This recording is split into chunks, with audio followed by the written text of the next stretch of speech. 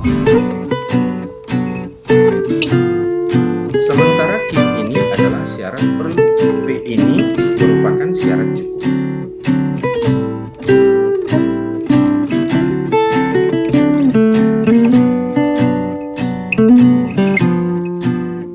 Halo, selamat datang di channel Mr. Artmat, asisten, rekan, dan teman kita, didampingi sahabat kita, Embara. Kita akan membahas tentang bahasa penalaran logika matematika.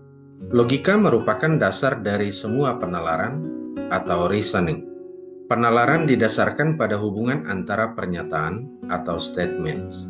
Logika adalah ilmu yang mempelajari cara mengambil kesimpulan. Cakupan pembahasan kita adalah syarat perlu, syarat cukup, dan syarat perlu dan cukup dalam matematika. Ini merupakan bagian pertama dari pembahasan kita tentang syarat perlu dan syarat cukup. Yang pertama, implikasi. Dalam kehidupan sehari-hari, kita sering mendengar kalimat yang berbentuk jika, maka. Kalimat seperti ini umumnya dipakai jika seseorang ingin menyatakan suatu kejadian atau perlakuan yang disertai akibat dari kejadian atau perlakuan tersebut. Dengan kata lain, kalimat berbentuk jika maka mengandung unsur sebab dan akibat. Dalam matematika, tepatnya pada logika matematika, kalimat tersebut dinamakan implikasi yang secara umum berbunyi jika A, maka B. A disebut sebagai antecedent atau sebab, dugaan awal, atau hipotesis. B disebut sebagai konsekuen atau akibat, atau bisa juga kita sebut kesimpulan. Saat kita membicarakan syarat perlu dan syarat cukup, tentu berpedoman pada implikasi yang bernilai benar. Penulisan dan diagram implikasi. P implikasi Q dituliskan dengan P tanda panah lalu Q. Ini dibaca dengan jika P maka Q. Penggambaran implikasi dengan diagram Venn, bundaran P digambarkan ada di dalam bundaran Q. Artinya, setiap P ada di dalam Q. Atau P dimuat di dalam Q. Analogi dengan simbol pada himpunan seperti P himpunan bagian Q. Agar lebih memahami implikasi jika A maka B, atau dalam simbol A tanda panah B, dan dalam notasi himpunan A himpunan bagian B, dengan diagram dapat kita lihat himpunan A berada di dalam himpunan B. Atau boleh juga kita sebut semua A bersifat B. Setiap anggota A bersifat B. Untuk kondisi seperti pada gambar kita ini. Ada B bersifat A, yaitu daerah B ini atau anggota B yang berada di dalam A. Ada B tidak bersifat A, yaitu daerah B atau anggota B ini yang berada di luar A. Oke, paham ya? Yang kedua, silogisme.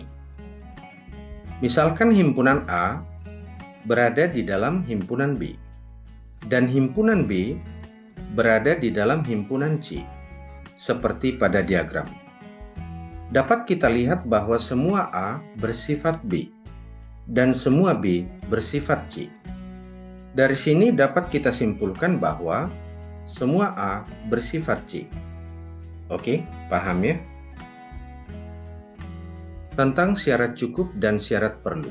Pada implikasi jika P maka Q, yang dengan diagram Venn kita gambarkan P ada di dalam Q, yang berarti bahwa jika ia anggota P, sudah syarat cukup memastikan ia anggota Q.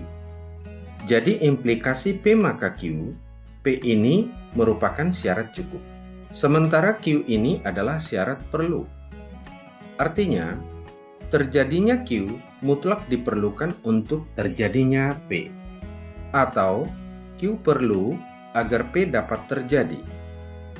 Mustahil ada P jika tidak ada Q.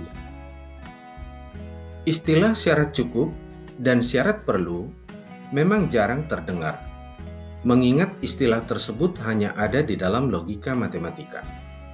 Namun, perlu ditekankan bahwa ketika sedang berbahasa, nalar harus tetap digunakan. Logika matematika seperti ini akan membantu kita untuk bernalar ketika sedang berbahasa dan menjauhkan kita dari kesesatan berpikir atau falasi. Seringkali kedua bentuk ini rancu untuk dibedakan. Kata cukup dan kata perlu sering tertukar tempatnya. Nah, sekarang kita lebih fokus dulu membahas syarat cukup. Implikasi jika P maka Q mempunyai makna semua P bersifat Q, atau dengan diagram semua P di dalam Q. Itu setara artinya dengan semua P dimuat oleh Q. Maka kita katakan P syarat cukup bagi Q. Ini seperti mengatakan P memiliki syarat lengkap atau cukup untuk menjadi anggota Q. Atau P mempunyai keadaan yang cukup untuk masuk di dalam Q. Oke, mari kita perhatikan contoh 1. Misal P adalah harimau dan Q adalah binatang buas. Jadi pada diagram, P ini adalah harimau dan Q ini menyatakan binatang buas. Kita tulis, jika harimau, maka binatang buas. Ini berarti harimau adalah informasi yang cukup untuk masuk kategori binatang buas. Perlu kita perhatikan, pernyataan jika P maka Q, atau pada gambar P di dalam Q, berarti semua P bersifat Q. Ini memungkinkan adanya anggota Q yang lain selain P. Jadi anggota Q belum tentu hanya P. Seperti pada contoh ini, singa juga adalah binatang buas, tetapi singa bukan P. Karena yang kita sebut P hanya harimau. Buaya juga adalah binatang buas. Singa dan buaya ini termasuk anggota binatang buas selain harimau. Jadi, P harimau sebagai syarat cukup bukan berarti harus mengisi semua anggota Q buas. Tetapi P sudah mencukupkan dirinya untuk layak di dalam Q atau bersifat Q. Jadi untuk implikasi, jika P maka Q, P ini adalah syarat cukup bagi Q. Paham ya? Sekali lagi, agar lebih mantap, dengan diagram dapat kita lihat, jika lingkaran Q ini menyatakan anggota-anggota binatang buas, maka singa syarat cukup untuk masuk kategori binatang buas. Jadi singa syarat cukup bagi Q. Serigala syarat cukup untuk masuk kategori binatang buas. Jadi serigala ada di dalam Q ini. Harimau binatang buas. Jadi ada di dalam Q. Buaya dan lain-lain. Bagaimana? Makin paham ya? Oke, mari kita simak contoh yang kedua. Misal P adalah Andi lahir di Jakarta, Q Andi lahir di Indonesia. Kita tulis, Andi lahir di Jakarta, implikasi Andi lahir di Indonesia. Kita baca, jika Andi lahir di Jakarta, maka Andi lahir di Indonesia. Menyatakan Andi lahir di Jakarta adalah syarat cukup untuk membuktikan bahwa Andi lahir di Indonesia. Oke, ngerti ya? Mau contoh lainnya lagi? Oke lah, biar lebih mantap pemahamannya ya. Misalkan ada implikasi P1 maka Q, P2 maka Q, P3 maka Q, dan seterusnya. Maka P1, P2, P3, dan seterusnya ini adalah syarat cukup untuk Q atau untuk ada dalam Q. Mari kita perhatikan contoh yang ketiga. Misalkan Q adalah sakit. Jika P1 adalah dicubit, maka sakit. Jadi dicubit ini adalah syarat cukup untuk sakit. Jika dipukul, maka sakit. Jika ditinju, maka sakit. Jadi ditinju adalah syarat cukup untuk sakit. Bagaimana dengan disentuh, ditiup? Anda ini berlebihan. Disentuh, ditiup, itu bukan syarat cukup untuk sakit ya. Tidak perlu sampai berlebihan gitulah kawan. Tapi mungkin ada anggota lainnya yang merupakan syarat cukup untuk sakit. Misalnya P4 ditampar, P5 digigit. Coba saja deh, kalau yang nggak percaya ditampar atau digigit, apakah sakit? Tapi tak perlu langsung praktek ya.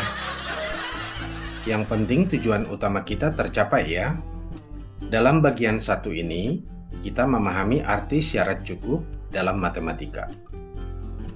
Oke, sudah dululah bagian pertama ini tentang syarat perlu, syarat cukup, dan syarat perlu dan cukup dalam penalaran logika matematika.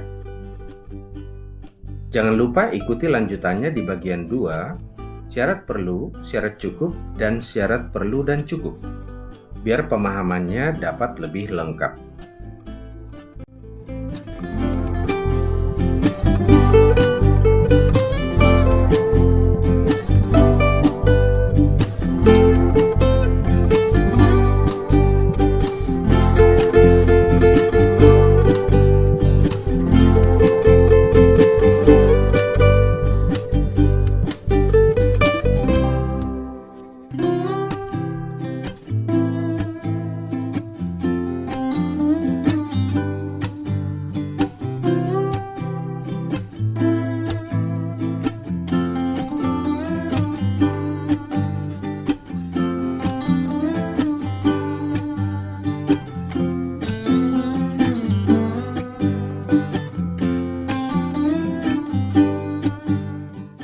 Dan terima kasih sudah belajar bersama dengan Mr. Art, Mat, dan Embara.